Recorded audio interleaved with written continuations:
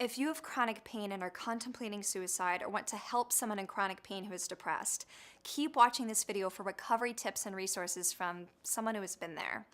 I'm Jessica Shahinian, a spokesperson for TMS awareness, and in my YouTube series, I talk about how to cure chronic pain and other symptoms without drugs, surgery, or physical therapy. Many people with chronic pain will become depressed and even suicidal.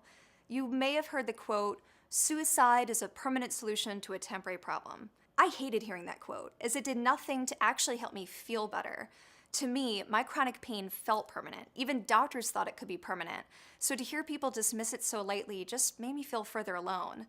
At the time, I thought suicide would be the only permanent solution for my disabling symptoms.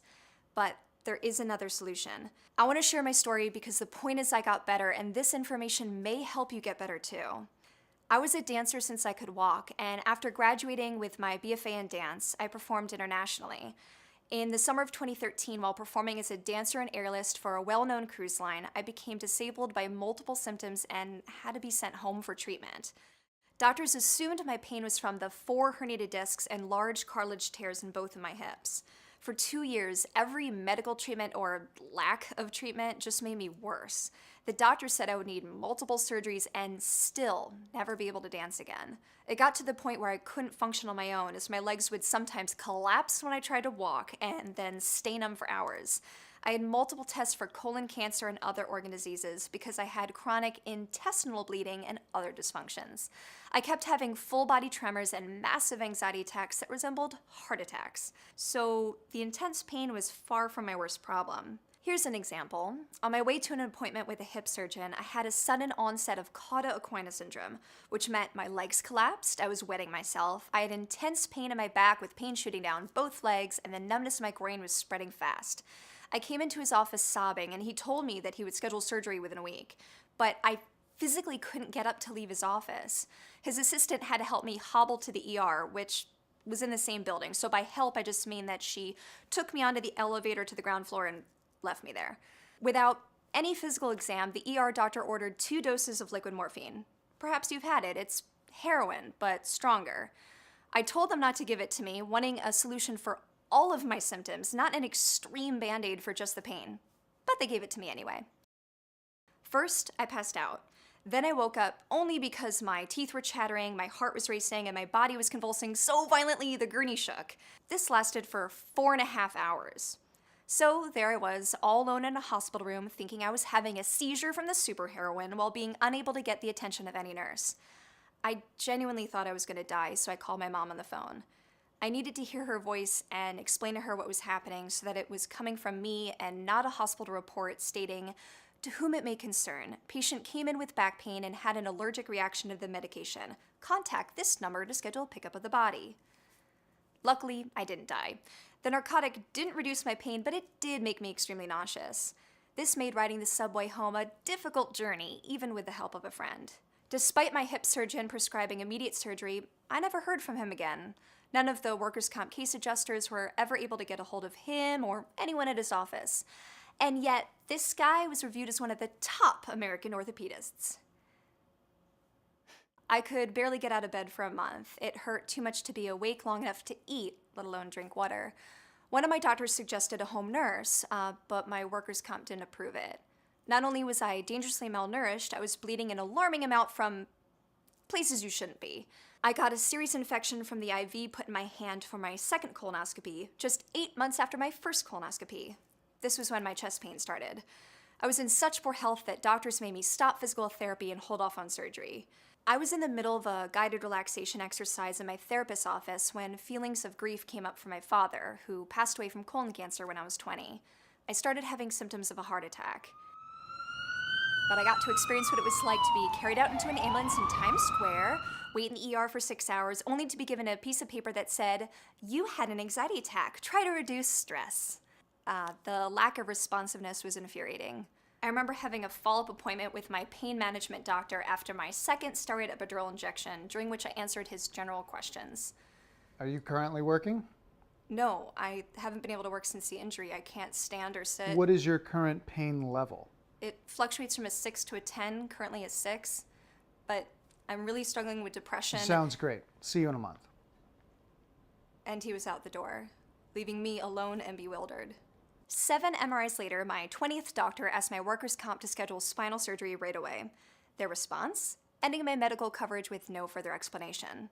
My injury lawyer said that while he could get them to cover medical care because they were breaking the law not to, that he worried my case would not win enough money to cover his legal expenses after some medical expert who was supposedly experienced treating dancers told him all dancers eventually get injured. That's what dancers do. So he gave up on my case. At one point before this, a neurosurgeon who couldn't figure out why I still had chronic numbness, leg weakness, and incontinence said, "Maybe it's all in your head." To which I responded, "I would love nothing more than for this to all be in my head, because that would mean I don't need surgery to fix it and I could go back to dancing professionally. So please tell me, how do I get it out of my head?" No answer. By this point, most of my friends disappeared. Maybe because I was a downer and they wanted me to think positive, everything happens for a reason, and it'll all work out. This lack of empathy made me feel that they thought I was only depressed because I chose to be. Financial anxiety became a big factor, as my chronic symptoms made it nearly impossible to earn a living. I was so desperate that I posted on Facebook, "Please help, I'm seeking a genuine way to earn money while bedridden." And the first response, "Become a prostitute." Despite this super thoughtful and not at all mean-spirited suggestion from a former coworker, this did not help. Chronic pain doesn't come by itself.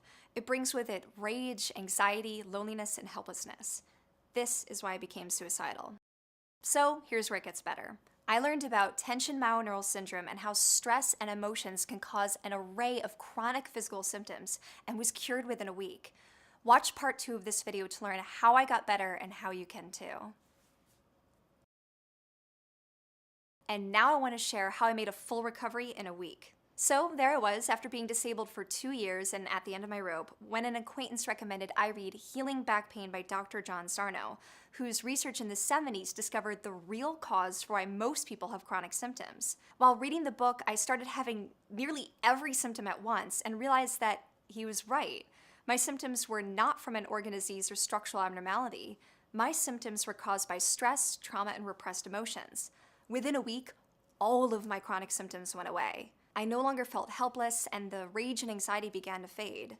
I wanted to keep living because now life felt worth living, and I knew I had to help others who were in my situation, so I created this YouTube series. If you are in chronic pain or disabled by symptoms in some way that doctors can't figure out or help you with, the real diagnosis may not be what you think. Like me, you may have Tension Myoneural Syndrome, also known as psychophysiologic disorder, mind-body syndrome, or stress illness. TMS is a reaction to stress, trauma, and repressed emotions that cause a change in the nerve pathways in the brain.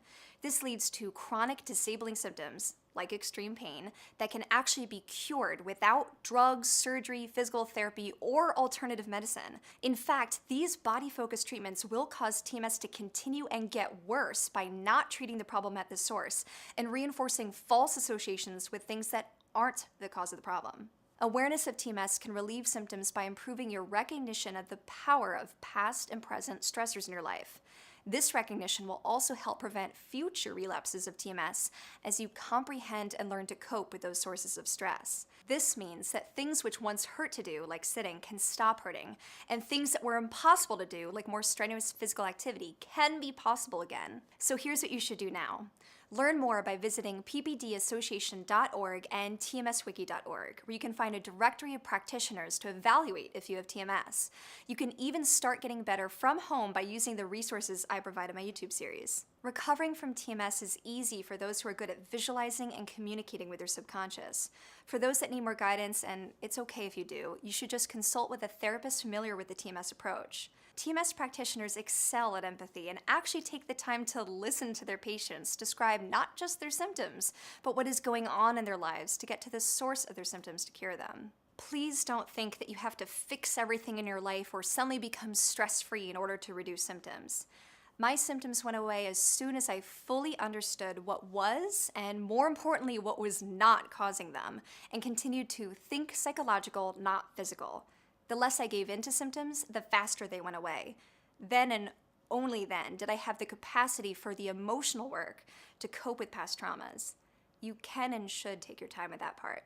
If there is even a chance that your chronic symptoms could be caused by TMS and you're depressed or contemplating suicide, you have nothing to lose by learning more about TMS. Watch my videos, check out the resources I provide, and see a TMS doctor to get evaluated properly. I know how hard it is to suffer with chronic pain and suicidal thoughts, and now I want to do everything I can to help others who I know are out there suffering from the same symptoms and getting the same crap treatment I did.